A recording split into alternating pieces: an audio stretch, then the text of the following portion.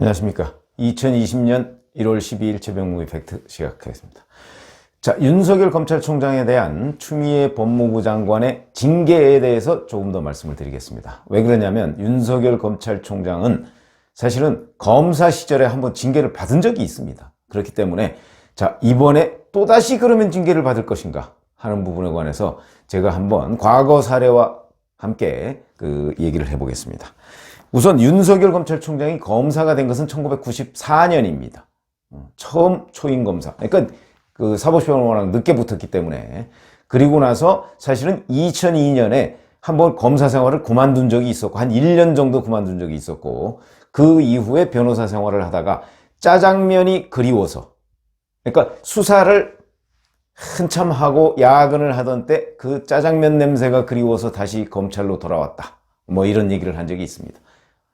사실은 94년부터 해서 26년째인데 중간에 1년 정도를 생략한다면 이제 떠났던 적을 생각한다면 25년째 검사 생활을 하고 있는 겁니다.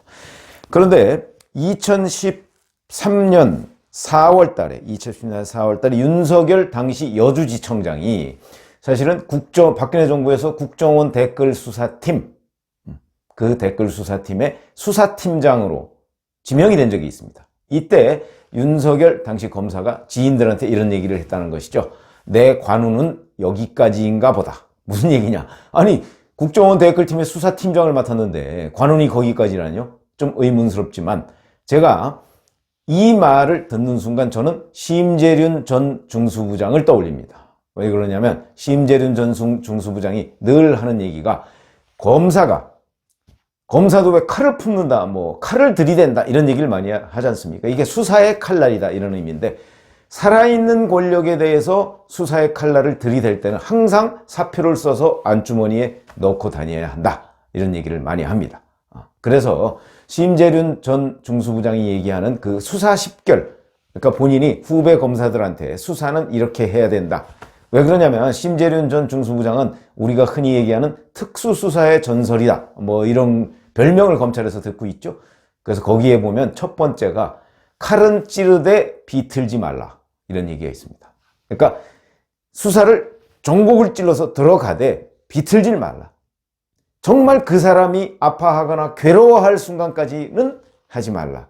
이게 심재륜 전 중수부장의 이제 본인의 후배들한테 해줄 수 있는 얘기다 이랬는데 사표를 항상 써놓고 다니는데 아마 이때도 국정원 댓글 수사팀장을 맡아가면서 윤석열 여주지청장은 아마 사표 낼 각오를 한 것 같습니다. 그러니까 이런 말이 나오죠. 관운이 여기까지다. 그런데 윤석열 검사의 관운은 그 후로는 계속해서 고난의 행군을 했지만 문재인 정부 들어서 다시 꽃이 핍니다. 그건 무슨 얘기냐면 정부 들어서가 아니죠. 엄밀하게 따지면 박근혜 정부 말기에 사실은 박영수 특별검사팀이 윤석열 검사를 다시 수사팀장으로 하면서 최순실 국정농단 사건을 수사하도록 합니다.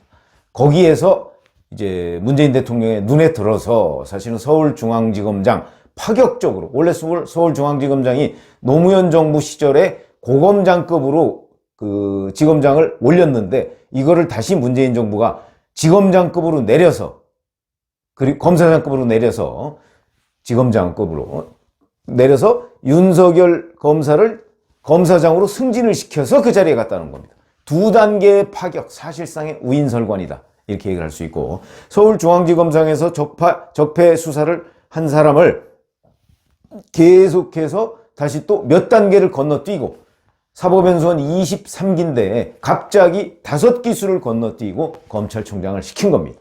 그런데 다시 또 이제 징계 위기에 처한 상태가 됐다. 그러면 첫 징계는 언제냐? 바로 그러니까 국정원 댓글 수사팀장 시절에 조영곤 서울중앙지검장이 있었는데 그때 이제 원세훈 전 국정원장에 대해서 선거법 위반 혐의를 적용할 것이냐 아니면 다른 법을 적용할 것이냐, 이 부분을 가지고 법무부와 의견 충돌이 있었고, 그 다음에 그 부분에 관해서 조영곤 서울중앙지검장의 지시를 거역한 겁니다. 거역하면서 국정원 직원을 체포해버린 것이죠. 이런 것들이 있었고, 그러니까 체포영장과 압수수색영장을 집행하는 과정에서 조영곤 중앙지검장의 지시를 이행하지 않았다 하는 거, 그 다음에 공소장을 변경하는 거, 이런 문제에 관해서도 독단적으로 처리했다. 이 문제 때문에 이제 징계위원회에 올라가도록 돼 있는데, 이게 검사징계법에 보면 검사징계법이 상당히 허술하게 돼 있습니다. 거기에 보면 일반 검사의 징계는 대검찰청의 그 검찰총장이 제청을 하게 되어 있고, 그 다음에 검찰총장에 대한 징계는 법무부 장관이 요구를 하게 되어 있습니다. 그러니까 이때는 윤석열 검사에 대한 그 징계 요구는 검찰총장이 하는 겁니다. 그러려면 대검에서 감찰위원회를 열어야 됩니다. 그 감찰위원회를 열었습니다. 실제 두 차례 열었습니다. 2013년 10월하고 11월 8일하고 두 차례, 10월 29일하고 11월 8일하고 두 차례 열었는데, 이때 이제 감찰위원회에서 경론이 있었습니다. 자, 과연 이게 징계사유에 해당하느냐? 왜 그러냐면 핵심은 두 가지입니다. 검사가 자기 일을 열심히 하다 보니까 상관의 지시를 어긴 것이다. 이제 이런 의미고. 그 다음에 그게 아니고, 검찰은 왜 검사 동일체의 원칙 이런 거 들어보셨죠? 검사가 상위 그 직급에 있는 검사나 하위 직급에 있는 검사는 하나다. 이런 의미입니다. 그게 검사 동일체의 원칙인데, 이 동일체의 원칙은 결국은 상명하복 시스템. 검사의 위계 질서가 중요하다.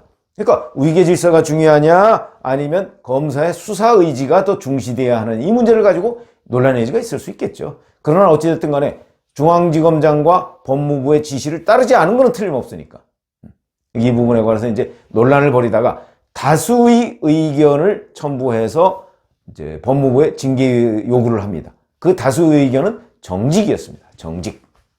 그래서 이제 법무부에서 제가 말씀드렸죠. 법무부 징계위원회는 법무부 장관이 위원장이고 나머지 6명, 총 7명인데 나머지 6명은요, 법무부 장관이 다 지명합니다. 그러니까 다 거수기에 불과합니다. 그러니까 법무부 장관의 뜻에 따라서 징계가 이루어지기도 하고 이루어지지 않기도 하고 뭐 이렇습니다.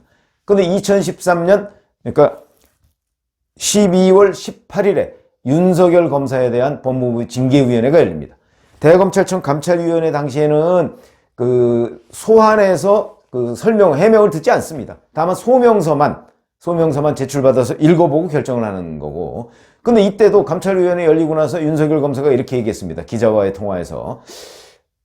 내가 얘기한 소명서만 제대로 읽어봤다면 이런 결정이 안 나왔을 텐데 참 안타깝다.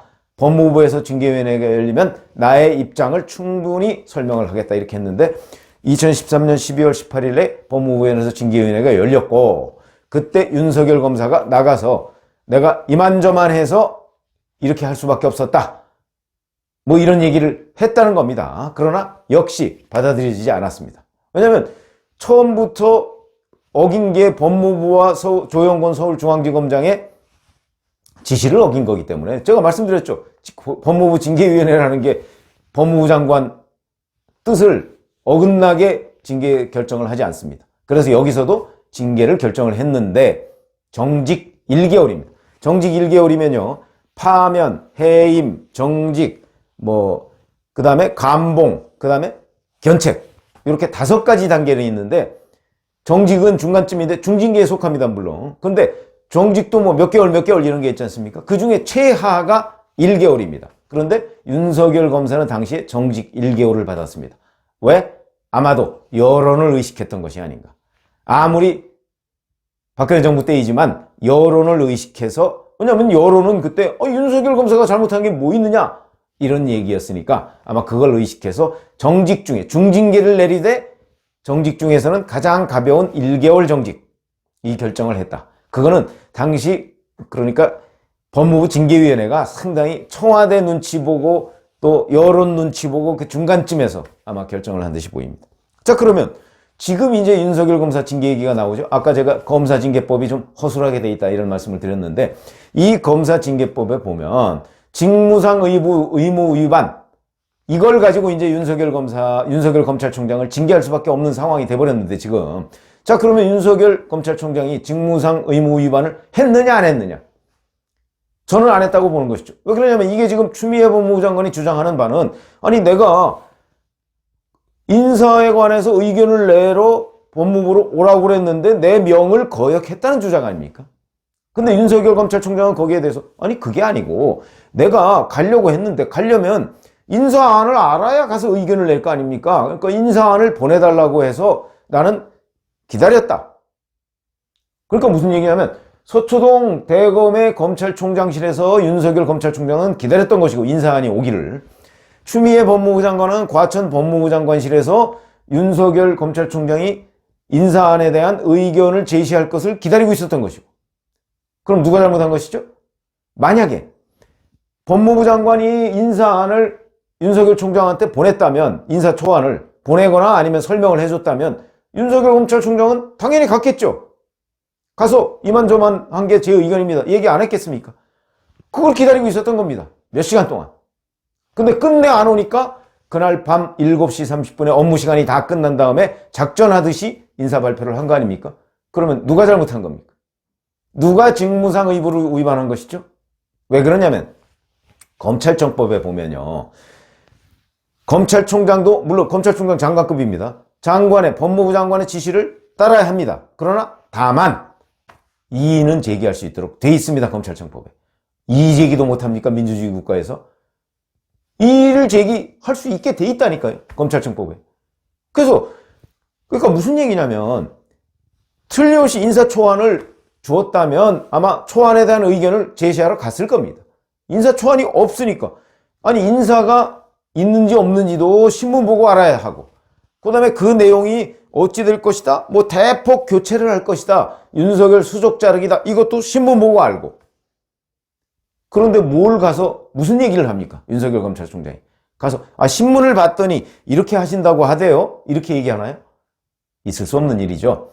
이거는 상식적으로 보면 직무상 의무 위반은 추미애 법무부 장관이 한 겁니다. 그런데 적반하장으로 지금 윤석열 검찰총장을 징계하겠다고 하는 거 아니겠습니까? 그런데 세상의 권력관계는 이렇게 항상 정의가 승리하는 건 아니지요. 그래서 지금 법률에 있는 그대로 그냥 강행해서 만약에 밀어붙인다고 한다면, 정의의 관점이 아니고 법률에 규정이 돼 있는 그 관점대로 한다면 밀어붙일 수 있죠. 응? 법무부 장관이 내 명을 거역했어? 그러니까 이건 직무상 의무 위반이야. 징계위원회 열어. 그래갖고 징계위원회 열었어요. 본인이 위원장인. 열어가지고 나머지는 다 거수기들이니까. 그럼 그 거수기들한테 내 뜻은 이렇습니다 라고 하면 거수기들은 다 박수치고 그 말이 맞습니다 라고 얘기를 할 겁니다. 그렇기 때문에 아마 밀어붙이면 되겠죠. 되겠죠. 자, 그러면 그거는 이제 법률상 얘기고. 그래서 첫 번째 제가 말씀드렸죠. 과연 이게 직무상 의무 위반이냐 아니냐.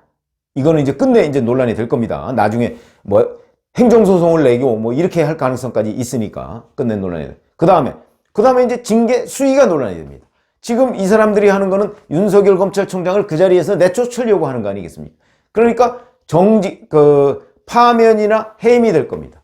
그러면 징계라는 거는 비례성의 원칙이라는 것이 있습니다. 잘 아시다시피 비례성의 원칙. 합당한 벌을 내려야 되는 것이죠. 그런데 예를 들어서 누구를 그냥 뒤통수를 한 대 때렸는데 그걸 가지고 징역 5년 이렇게 할 수는 없는 거죠. 근데 지금 추미애 법무부 장관을 비롯한 여권의 그동안의 논리나 주장을 보면 저는 충분히 할 수 있을 거라고 봅니다. 왜냐하면 목표가 윤석열 검찰총장을 그 자리에 있지 못하게 하는 게 목표니까 파면이나 해임을 하지 않으려면 징계위원회를 열 필요도 없습니다. 뭐 정직 1개월 이런 거 하려고 징계 지금 하겠다고 얘기하는 건 아닐 거라고 저는 그렇게 생각을 합니다. 그런데 과연 이게 파면과 해임 사유에 해당하느냐? 물론 징계위원회 열어서 장관이 이거 파면 사유입니다 라고 얘기하면 징계위원회는 그렇게 결정을 할 것으로 보이나, 그것이 과연 국민적 공감대 이런 건 뭐 전혀 없을 것이고 상식적으로도 맞지 않고, 만약에 윤석열 검찰총장이 그 부분에 관해서 징계가 부당하다, 징계권 남용이다 얘기를 해가면서 만약에 뭐 법적 대응에 나간다고 한다면 법적 대응만 가지고서도 꽤 시간이 걸릴 것이다. 그렇기 때문에 제가 지난번에 윤석열 검찰총장에 대한 징계를 검토해보니 어떻더라 하는 유튜브를 한번 해드린 적이 있는데, 거기서 저는 징계를 못할 것이다 이렇게 말씀을 드렸죠. 그러면서 하나 약간 유보적인 얘기를 했었습니다. 근데 제가 상상하는 거 이상의 조치를 문재인 정부는 항상 하더라. 그러니까 100% 못할 것이라고 얘기는 안 한다. 그렇게 말씀은 못 드린다. 이런 얘기를 한 적이 있는데, 어쨌든 간에 저는 지금도 못할 거라고 보고, 그래서 이제 자꾸 언론에 대해서 뭐 징계 뭐 이런 거 압박만 하고 있는 것 아닌가 이런 생각이 들기는 하는데, 어찌됐든 간에 지금 징계 얘기가 계속 나오고 있으니까 실제 할지도 모르겠습니다. 만약에 하게 된다면 검사 생활 25년간 하는 동안에 2번의 징계를 받는 그런 운명이 될 것이다. 그래서 사실은 신지호 의원이 윤석열 검찰총장에 대해서 풍운하 뭐 이런 얘기를 했더군요. 풍운하는요 원래 그 때를 잘 만나서 아주 두각을 나타내는 사람을 얘기하는데, 윤석열 검찰총장 뭐 때를 뭐 잘 만났는지 어땠는지 두각을 나타내다가 요즘엔 또다시 탄압을 받는 사람이 돼버렸습니다. 풍운하보다는 롤러코스터 같은 인생, 롤러코스터 같은 검사 생활을 하고 있는 윤석열 총장이 아닌가, 이런 생각이 듭니다. 언제 한번 윤석열 검찰총장의 이 검사 생활과 인생 이야기도 말씀드릴 기회가 있을 것으로 봅니다. 오늘은 윤석열 검찰총장이 첫 번째 징계를 받았던 1개월 정직 징계를 받았던 때의 상황과 또 징계를 지금 눈앞에 두고 있는 상황, 이 두 가지 상황에 대해서 말씀을 드렸습니다. 감사합니다.